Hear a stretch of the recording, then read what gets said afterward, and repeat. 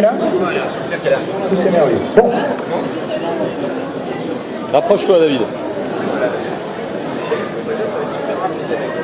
Donc, il y en a vraiment pour 5 minutes, hein, donc je vous préviens, vous pourrez reprendre l'activité normale juste après, mais on va vous le faire. Hein. Donc, le but de cette petite intervention, ce petit happening, c'est de vous annoncer la création de l'ASBL Multivers, dont je vais vous parler, je vais vous expliquer ce que c'est. Il faut se rappeler que l'idée de créer une association pour aider les auteurs face à l'arrivée du numérique, c'est pas quelque chose de très récent. On en a déjà parlé dans d'autres festivals il y a 2-3 ans de ça. Hein, ça date un peu. Sauf que la situation a évolué extrêmement rapidement dans ce domaine. Et ce qui était, je dirais, quelque chose d'un petit peu pionnier, prototype il y a 2 ans, c'est maintenant vraiment une partie de l'écosystème. Et le paysage littéraire est maintenant numérique. Bon. Donc c'est une partie, le numérique, qui est en croissance forte et qui provoque maintenant tout un tas de réactions et d'inquiétudes. Et des réactions, y compris certaines, que nous tenons à qualifier pudiquement d'extraordinairement connes et dangereuses, comme celle de relire. Et c'est par rapport à ça qu'on s'est un petit peu positionné. Donc face à ça, il faut comprendre que face à cette arrivée du numérique, à cette espèce de lame de fond, et qui est véritablement une lame de fond, c'est quelque chose qu'on n'arrêtera plus, ben face à ça, l'auteur est désarmé, il est démuni. Il est démuni pour 3 raisons. La première, c'est parce que ces droits numériques, les droits numériques qu'il possède dès qu'il a un livre qui a été publié avant 2000 et peut-être même avant 2005, ces droits numériques, il ne sait pas quoi en faire, et quelquefois, l'éditeur cherche à le récupérer à des prix dérisoires et de manière un petit peu agressive. Ça, c'est une chose. La deuxième chose sur laquelle il est désarmé, c'est que fabriquer un livre numérique, même si c'est relativement facile, ça ne peut pas nécessairement la portée de n'importe qui, c'est pas le métier de l'auteur. Donc le passage en numérique, c'est pas son métier. Et la troisième chose aussi vis-à-vis duquel il est désarmé, c'est que dans le numérique, les règles de présence sont différentes. Le fait d'être là, d'être repérable, d'être connu, ce sont des choses différentes. Et vis-à-vis de ça, les auteurs ne sont pas... Enfin, ça ne s'improvise pas, il va falloir le faire. Donc c'est pour ça qu'on a créé, en octobre, au 7 octobre aussi, l'ASBL Multivers. L'ASBL Multivers, qu'est-ce que c'est? Ben, c'est une association sans but lucratif, qui a pour but la promotion de la lecture et de l'édition, dans le cadre d'un écosystème équitable et en essayant d'aider les auteurs. D'accord ? C'est une association formée pour l'essentiel de bénévoles. Je sais, on est tous là, il y en a même qui se baladent par ici, là, mais bon, on a l'adorable Sarah Doc, nous avons le non moins adorable Ayerdal, on a Emmanuel Gob, on a notre ami Kefelec là-bas derrière, moi-même, il y en a plein, je veux dire, on est dans ce groupe-là. Bon. Et voilà, on est là, on s'est lancé, on est préparé à faire, on a créé la structure, on a créé l'association, on a démarré, et on commence à agir et à faire des choses. Donc on a contacté de nombreux auteurs de l'imaginaire, du polar, de la jeunesse, etc., etc., en leur proposant de rééditer en numérique des livres qu'ils avaient dans les tiroirs et dont ils possédaient les droits. Des livres qui étaient d'ailleurs la cible de Relire. Des livres que Relire essayait de leur prendre. On leur a proposé ça avec un contrat qu'on espère équilibré, enfin, tout au moins on s'efforce vraiment de travailler vers ça, et des prix de vente qui sont abordables. On a déjà plus de 20 auteurs qui sont d'accord. Bon, on a des gens que vous connaissez comme Andrevon, Grenier, Canal, Vintrebert, Gudu, Houssin, Le Bussy, enfin bref, on a des gens. Ça représente quand même déjà une centaine d'ouvrages, hein, ce genre de choses. Des ouvrages déjà écrits dont on va pouvoir bosser. Donc on prévoit une première série d'ouvrages pour Noël. On a une chaîne de production qui va nous permettre de le faire. Et je peux vous dire qu'en 2014, on sera à plus de 40 bouquins. D'accord ? Donc on travaille ça. Voilà. Alors le truc, évidemment, c'est que ce sont des rééditions. Hein, c'est important de le comprendre. On n'a pas le temps d'accepter les manuscrits, de faire de l'éditing de nouveaux auteurs. On aimerait bien, mais on n'a pas le temps, simplement. Par contre, rééditer des textes dont on sait qu'ils ont été professionnellement publiés, et les rééditer pour les lecteurs à qui ça manque de lire ça, ben, ça nous paraît une chose tout à fait importante. Voilà. Donc on fait ça. On va travailler aussi à créer une partie de l'écosystème et une façon de fonctionner qui sera conforme à l'éthique que l'on trouve importante de ce que doit être le numérique. C'est-à-dire qu'on va expérimenter des façons de vendre les livres sans passer nécessairement tout de suite par les grandes plateformes. On va créer notre propre site, on va regarder si on peut faire des partenariats avec des librairies numériques. On va regarder tout ça. On va faire l'expérience. On vous promet, c'est un engagement qu'on prend, de vous faire un point dans un an sur ce qu'on aura fait. Donc on va vous parler dans un an de la chaîne de constitution qu'on aura mise en place, de la chaîne de vente, des types de rapports, des types de contrats qu'on aura fait. Voilà. On s'engage à ça. Et ce que je peux vous dire, c'est qu'on est lancé. Donc, si vous êtes un auteur, que vous avez des livres dans le tiroir, et ça arrive aux meilleurs d'entre nous, et j'en suis un, vous pouvez sans problème venir nous voir et on se parle. Et on espère en tout cas que cette présentation vous aura donné envie de jeter un coup d'œil aux livres qu'on republie, et que les auteurs que l'on republie seront accompagnés par votre enthousiasme et par votre envie. Je vous remercie.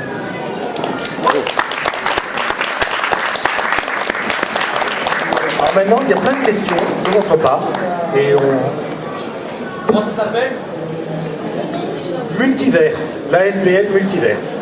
Est-ce que quelqu'un veut poser une question ASBL étant donc l'acronyme de Association sans but lucratif. C'est l'équivalent, pour ceux qui connaissent, d'une association loi de 1901 en France, plus ou moins. Voilà, c'est le même genre de truc. On n'est pas là, soyons clairs, on n'est pas là pour gagner notre vie, on n'est pas là pour vendre notre beefsteak, on est là pour vous expliquer que face au numérique, les auteurs n'ont plus à être seuls. Et on vient d'avoir une série de débats, et effectivement on a le sentiment qu'en France, personne n'y comprend grand-chose, à part quelques pionniers, il faut les remercier. Donc ben, on est là pour aider, on est là pour accompagner la démarche. Et vraiment, c'est notre vocation. Et on va essayer de le faire de la façon la plus juste et la plus équitable, tout au moins en tenant compte de nos points de vue. Et vous nous connaissez, vous connaissez Agardal, vous saurez que je pense que vous pouvez vous attendre à ce que ça va donner. Je voulais juste rassurer mes amis éditeurs qui ne sont pas là, sauf un, le mien, comme par hasard.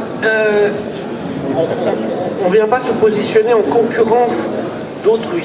On offre une solution, une possibilité supplémentaire aux auteurs d'être publiés dans de bonnes conditions en numérique. Il y a des republiés, pardon, parce qu'on fait vraiment que de la réédition. On ne s'interdit pas à long terme, dans 1000 ans ou dans 1200 ans, de faire éventuellement de l'édition pure. Mais il y a des éditeurs qui font ça très bien, donc ils ne m'entendent pas, c'est con, parce que j'allais leur donner des... s'il y en a un qui est en face de moi, bah, il y a Jérôme Vincent, ActuSF, voilà, il y a les Indés de l'Imaginaire, il y a le Bélial, il y a des éditeurs qui travaillent avec les auteurs dans des conditions qui sont très très proches de ce que les auteurs attendent et surtout très très proches de ce qu'on va faire nous. Nous ne sommes pas des concurrents et puis éventuellement, si nous pouvions être partenaires un jour, ça serait pas mal aussi. Voilà, ben, vous voyez, ça n'a pas été long, ça ne vous a pas embêté longtemps, mais on espère vraiment l'année prochaine vous faire un bilan en vous disant voilà ce qui a marché, voilà ce qui n'a pas marché, mais en tout cas, voilà ce qui est disponible, et voilà les livres qui permettront aussi, parce que c'est important, ce seront des livres pas chers, ce seront des livres qui ont fait leurs preuves, qui ont déjà vécu, et qui permettront peut-être à des gens qui découvrent la SF de la découvrir par tout un tas de choix qui seront abordables pour eux, et qui leur permettront peut-être d'aller plus loin, de progresser dans le domaine de la SF, et nous, on a tout à gagner de cet aspect-là. Donc on essaie aussi d'avoir des œuvres qui vont donner envie, qui vont être des œuvres d'ouverture, des œuvres de commencement, des œuvres de passage.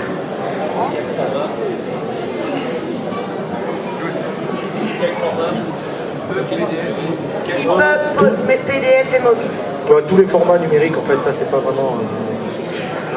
Soyons francs, on va privilégier l'EPUB, puisque c'est le standard, le plus important. Mobile, si on est obligé. Quant au PDF, pour tous ceux qui ont une liseuse, vous savez à quel point c'est merdique. Donc on le fera aussi, parce que c'est bien que quelqu'un puisse lire sur son écran d'ordinateur, mais voilà. Mais on va travailler dans le maximum de formats possibles, 3. Et Alors, disons qu'avec ces 3 formats, on couvre 99 et des fractions des besoins du marché. Donc, après, il y a des tas d'outils du commerce qui vous permettent, si vous avez vraiment le genre de machin où vous voulez un format tout à fait particulier, de faire la conversion. Mais sincèrement, entre EPUB, Mobi et PDF, je précise, je crois l'avoir déjà dit, mais je précise que toutes les œuvres seront sans DRM, ça allait sans dire, vous nous connaissez, je pense, et que aussi ce sont des choses qui pourront circuler en quelque sorte librement. Mais c'est justement ce que je voulais dire, c'est-à-dire qu'on parle d'un écosystème équitable pour le lecteur qui aura accès à des livres à des prix raisonnables, à peu près la moitié d'un livre de poche, moitié du prix d'un livre de poche. Équitable aussi pour le lecteur parce qu'il n'y aura pas de DRM, et équitable pour l'auteur à qui nous essaierons de donner le plus gros pourcentage possible des revenus des ventes des livres. Et quand vous faites des mobiles, si vous voulez être en dehors d'Amazon? Ah non, attends. On essaye quelque chose, on essaye de créer un écosystème et sur ce principe équitable, on n'est pas sûr que ça marche. On fera le bilan dans 6 mois, on fera un deuxième bilan dans 1 an, on verra comment c'est possible. Est-ce qu'on peut se passer de GAFA? On n'en sait rien. Donc GAFA, Google, Amazon, non, je ne peux pas le prononcer, celui-là. Voilà, il y a un mot que je ne peux pas prononcer, mais sinon vous avez tous compris. On essaye de faire autrement. Mais on est conscient que ça représente aujourd'hui, pour tous les éditeurs qui travaillent dans le numérique aussi, 75% des ventes. Donc se priver de 75% des ventes, c'est quelque chose de particulier. Et puis avoir des formats mobiles, c'est aussi permettre aux gens qui possèdent une Kindle, C'est mon cas. de pouvoir lire les livres sans devoir les convertir. Oui, on peut faire un mobile sans le vendre sur Amazon. Hein. On peut faire un mobile en le vendant sur notre site. Mais ça permet à des gens, effectivement, qui ont plusieurs modèles de liseuses, de trouver le leur. Et justement, nous, on a la chance d'avoir des gens qui sont compétents dans le sujet. On va essayer vraiment de faire des bons livres numériques et même, quelquefois, d'orienter les gens en disant « Pour ta liseuse, travaille plutôt sur tel format quand tu as le choix. » On posait la question tout à l'heure des formats. Comme nous voulons faire de la promotion de la lecture pour tous, on va également essayer de faire des recherches sur des formats alternatifs. Formats pour les dyslexiques, des formats pour les malvoyants, pour le text-to-speech. Voilà. Donc il y a encore d'autres formats qui sont exploitables et à explorer autour de ça. Mais effectivement, l'EPUB sera la base, la première.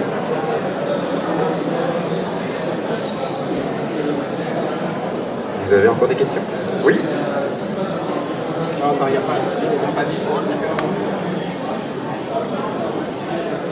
Oui, enfin, moi j'ai une question, 2 points. L'un dépend de l'autre. D'abord, est-ce que le... Pardon?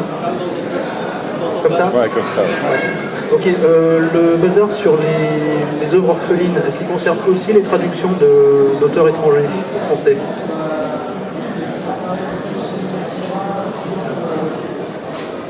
Alors sur ce premier point-là, on va offrir la possibilité aussi à tous les auteurs étrangers de travailler avec nous plutôt que de se retrouver coincés dans un système. Mais il faut savoir que globalement les auteurs étrangers, et particulièrement ceux auxquels tu fais référence sont forcément anglo-saxons, sont sous le système du copyright et, et d'autre part passent par l'intermédiaire d'un filtre qui s'appelle l'agent. Or, l'agent, ce qui l'intéresse, c'est pas le pourcentage qu'on va lui donner, qui va probablement être le plus élevé du marché en France, mais ce qui l'intéresse, c'est l'avaloir. Et là, je peux te dire carrément, c'est très clair, nous ne pouvons pas donner d'avaloir. Gros pourcentage, pas d'avaloir. Mais nous avons des amis anglo-saxons, auteurs, qui vont venir. En fait, je pensais surtout à des auteurs malheureusement morts, en particulier Fred Hoyle, dont les chefs-d'œuvre sont introuvables, je pense au Nuage Noir, et ça aurait été l'occasion de faire connaître ces chefs-d'œuvre au public. Voilà.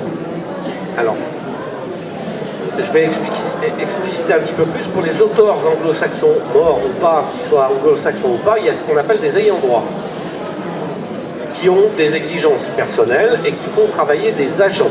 Et donc malheureusement, je ne pense pas que dans un premier temps, nous puissions leur proposer quoi que ce soit qui les intéresse.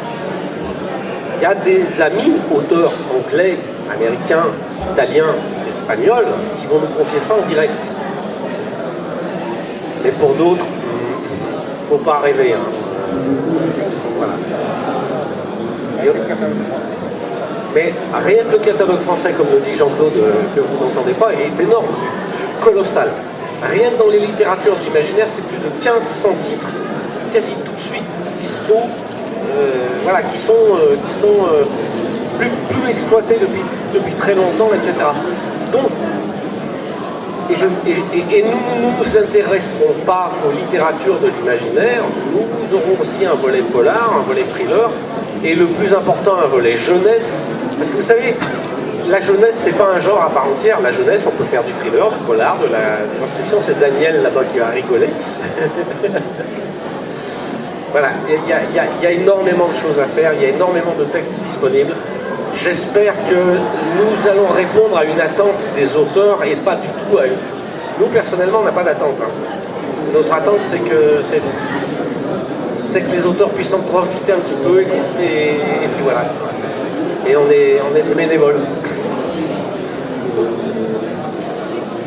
Voilà, écoutez, je pense qu'on a fait un petit peu le parcours.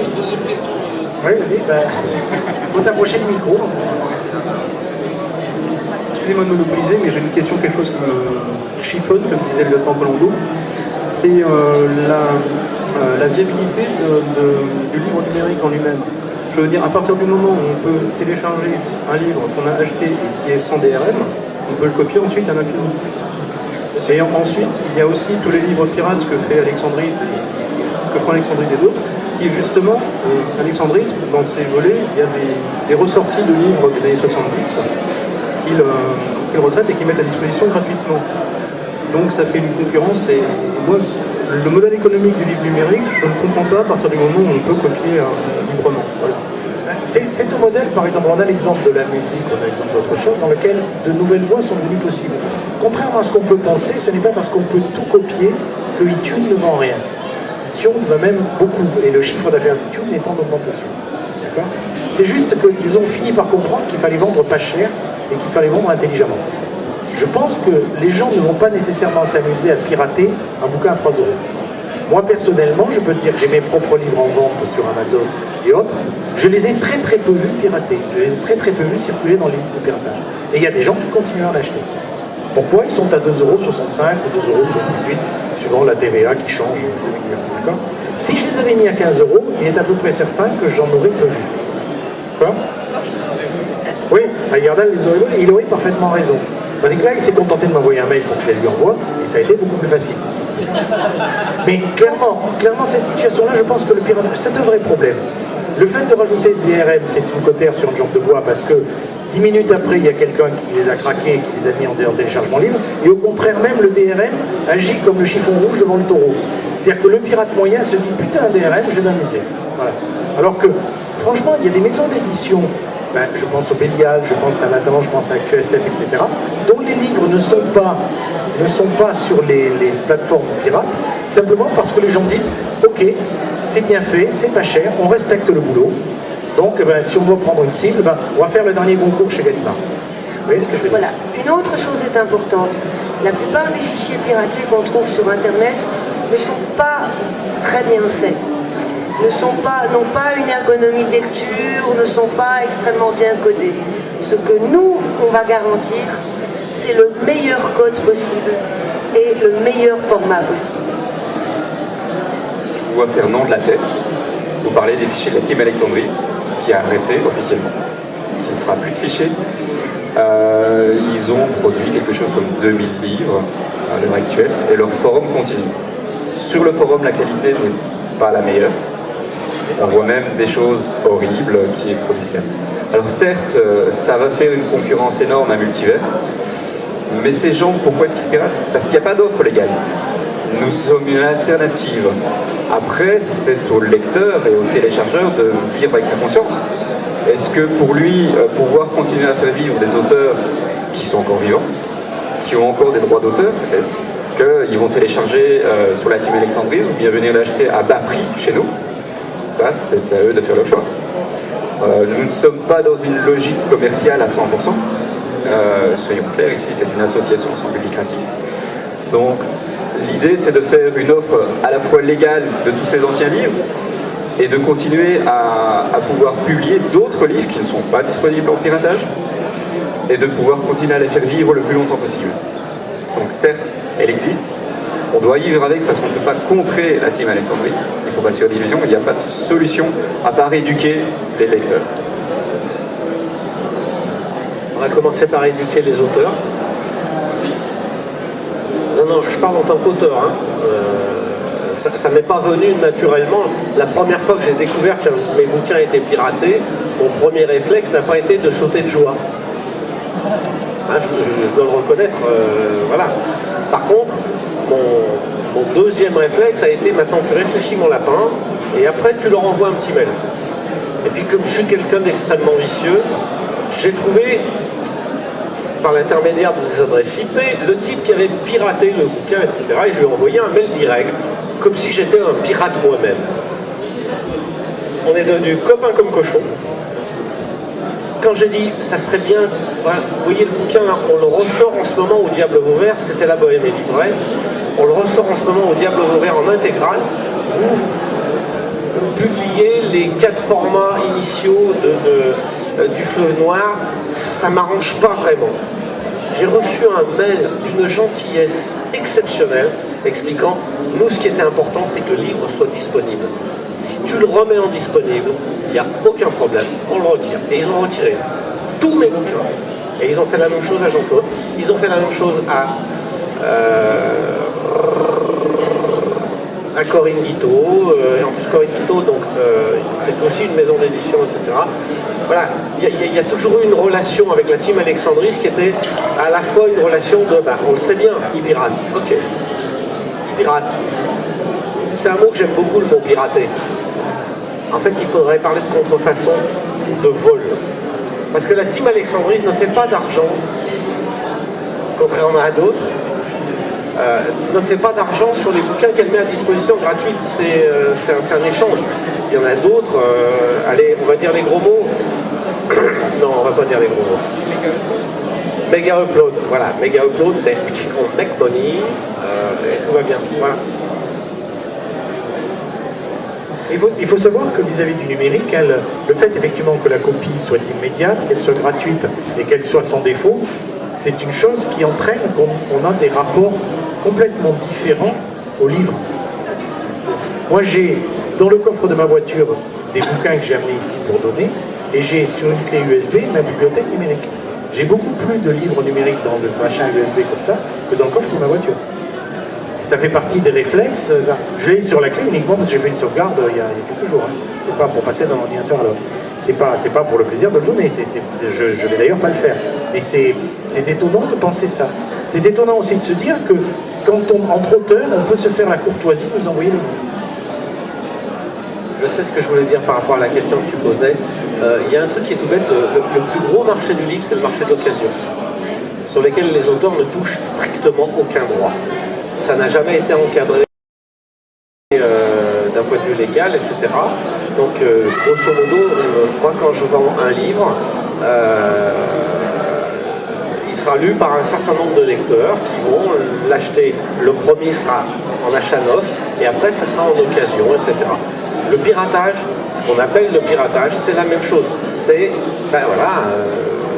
peut-être avec un peu de chance, quelqu'un qui au départ a payé le bouquin. Avec un peu de chance, c'est pas toujours le cas. Mais quoi qu'il arrive, de toute façon, si des gens ont envie de le lire, qu'ils le lisent. Tu sais pas, en plus, je suis presque persuadé, parce que je suis extrêmement vaniteux, que quand on lit un de mes bouquins, on l'aime. Et si on l'aime, on le rachète. Et si on l'aime pas, on va même pas voler le suivant.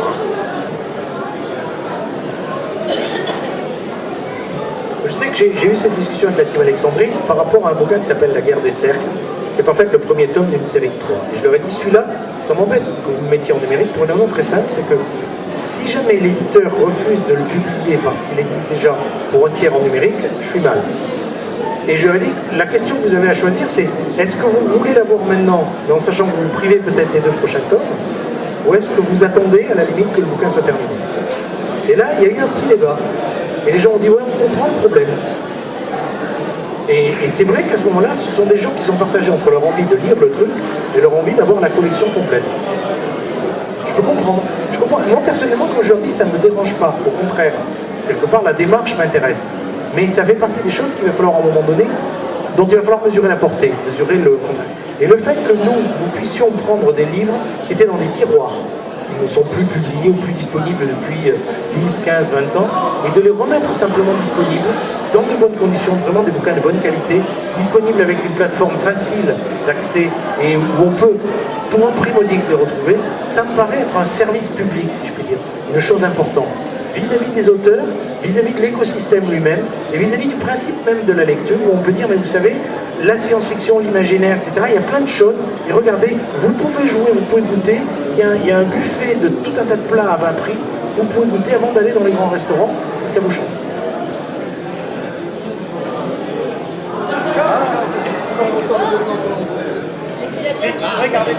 Tu devrais rester par là, parce qu'en fait... Non, en fait, voilà, je voudrais clarifier un point. Je ne défends ni le piratage, ni les DRM. Ma question, c'était plutôt du point de vue des auteurs, parce que pour avoir essayé moi-même, enfin, je suis, on va dire, un aspirant auteur, j'écris, quoi, j'essaie d'écrire. Enfin non, j'essaie surtout d'être publié. Et je me rends compte à quel point c'est difficile, et je pense que c'est le métier le moins bien payé du monde par rapport au travail et au temps passé. Donc ma question c'était comment les auteurs pourraient retrouver un revenu décent à partir de leur travail. Nous en avons tous une conscience aiguë, parce que pour la plupart d'entre nous, nous sommes auteurs ou traducteurs, et donc on en bave un petit peu. Le problème, c'est pas, on sait très bien le numérique il démarre à peine en France. Hein. On s'est pris quelques années de retard dans la gueule vis-à-vis des Canadiens, des Américains, des Anglais et des Allemands. J'ai à peu près tout dit là, hein, voilà. On a du retard, mais on va y venir. La France, les Français n'aiment que les innovations françaises. Donc là, c'est des innovations qui sont venues d'ailleurs, et donc du coup, ça va prendre du temps. Mais ça va venir. Donc au départ, ce qu'on peut garantir aux auteurs, c'est que nous, on les payera nickel en pourcentage sur ce qui va se vendre. Mais au départ, ça ne sera rien ce qui va se vendre. Ça sera, avec Jean-Claude, on a fait, on a sorti en numérique Étoile Mourante, c'était il y a 1 an maintenant. Il y a 1 an. Bah, écoute, on a pu se payer un gouffre. C'est tout. Oui. Voilà. Alors, c'est un peu plus que ça. Mais c'est un peu plus que ça. Parce que, effectivement, mais c'est lent. Ça démarre. Quand il y aura des millions de liseuses, on va espérer qu'il y a des gens qui s'intéressent à ce que nous écrivons ou à ce que nos auteurs écrivent. Moi, je ne lis pas tout le monde. Hein. Guillaume Musso, je suis désolé, enfin, j'ai essayé, mais il se trouve qu'aujourd'hui j'ai plus du tout envie de le lire, je ne le fais pas. Et ben il y a plein de gens qui n'ont pas du tout envie de lire Heyerdahl. Je suis un des rares auteurs du monde à vendre à peu près autant que Bernard Werber. C'est-à-dire que grosso modo, 95% de l'humanité, 95% des Français ne l'ont jamais lu et 99% de l'humanité ne l'a jamais lu. C'est le seul truc sur lequel je suis égaré avec Bernard. Mais c'est pareil pour tout le monde. Même Stephen King, qui a la plus grosse vente du monde. Non, c'est pas tout à fait vrai. Nous allons parler d'Harry Potter, et là on va atteindre des chiffres qui sont absolument hallucinants. Mais c'est rien par rapport au nombre de lecteurs potentiels. Vous vous rendez compte, on est 7 milliards à des cacahuètes. Moi, je considère faire un succès quand je dépasse les 5000 exemplaires. Yep. Alors, pour d'autres auteurs, Maxime Chatham n'aime pas bien tomber en dessous de 200 000. Même Jean-Claude n'aime pas tomber en dessous de 200 000. Non, parce que ça va être en dessous de 200 000 mètres. Ah oui, on parlait d'euros. Ah merde, alors en face. Non, c'est vrai, c'est une question, mais il est certain qu'on ne résoudra pas les problèmes de tout le monde, on ne résoudra pas la crise entraînée par le numérique, etc. On essaie juste d'apporter une pierre et d'apporter pour les auteurs une source d'aide, une des sources d'aide, une des possibilités. Et une possibilité qui manque. On a juste vu un endroit qui manquait, quelque chose dans lequel on s'est dit, les auteurs, et nous les premiers, sommes démunis, parce que croyez-moi, ça fait 2 à 3 ans que je me lave les mains là-dedans. Hein, j'ai soulevé le capot, je me suis mis les doigts pleins de cambouis. Eh bien, c'est pas simple. Et pourtant, j'étais armé pour. J'avais le métier, j'avais la technique, les connaissances pour faire. C'est quand même pas simple. Donc je me dis, l'auteur qui a commencé avec une machine à écrire et qui est passé avec l'ordinateur il y a 2 ans avec un petit peu de trucs, on lui parle du numérique, la réponse c'est ça va pas être possible. Ben si, on va l'aider. Et puis l'objectif de l'association, c'est pas spécialement de rendre nos auteurs riches, même si on aimerait. D'abord, c'est les rendre leurs livres disponibles, mais également d'essayer de développer un nouvel écosystème dans le numérique qui pourrait être dupliqué s'il fonctionne, si on trouve des nouvelles voies. et donner des indications aux éditeurs traditionnels d'essayer de sortir de cette mainmise Apple, Amazon, parce qu'à terme, je suis quasi certain que c'est un danger pour eux. Amazon et Apple sont un danger pour les éditeurs traditionnels en numérique. Et s'ils n'essayent pas de changer ça rapidement, ils vont avoir de très gros problèmes sur le long terme. Donc c'est aussi un laboratoire de recherche. On va essayer de découvrir de nouvelles méthodes de vente pour aller directement de l'auteur au lecteur. Si on peut passer par des libraires, on est content. Mais voilà, je pense que la façon d'appréhender le livre change et on doit essayer de trouver comment il change. On bénéficie de quelque chose qui est absolument extraordinaire parce que depuis quelques années, il y a plein d'expériences qui sont faites, particulièrement dans les littératures de l'imaginaire. Donc je vais citer les indés de l'imaginaire, parce que voilà, il y en a un qui est juste en face de moi. Il y a le Bélial qui a été le premier à se lancer là-dedans et qui a essuyé les plâtres. J'ai même écrit une lettre ouverte pour leur rentrer dans la gueule. Ceci dit, ils ont à la fois tenu compte de ce que j'écrivais et puis ils ont évolué, ils ont fait des tests. Nous aussi, on va faire des tests. Ça va prendre du temps. Avec un peu de chance, dans 6 mois, nous sommes tous milliardaires. Il y a Voyelle aussi qui a fait énormément d'expériences. Voyelle, il y a du monde. Il n'y a pas que Gallimard, il n'y a pas que Flammarion, il n'y a pas qu'Hachette, il n'y a pas que... il y a beaucoup d'autres choses. Et je pense que...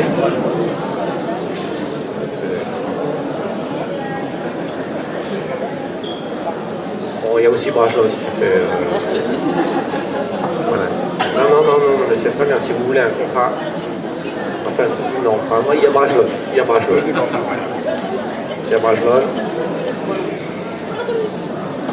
La Talente aussi. Je n'oublierai pas la Talente qui fait un boulot exceptionnel depuis un petit peu moins de temps, etc. Mais il y a du monde. Mais on est là pour contribuer et pour offrir. On essaye à nous tous parce que le Bélial, les indés de l'imaginaire essayent aussi de sauver tous les auteurs qui se sont retrouvés coincés dans le registre relire et qui ne sont pas, contrairement à ce qu'on essaye de nous faire croire, des auteurs morts depuis 170 ans. Non, la grande majorité des textes qui ont été collés dans le registre relire ont été écrits après les années 90, enfin dans les années 90.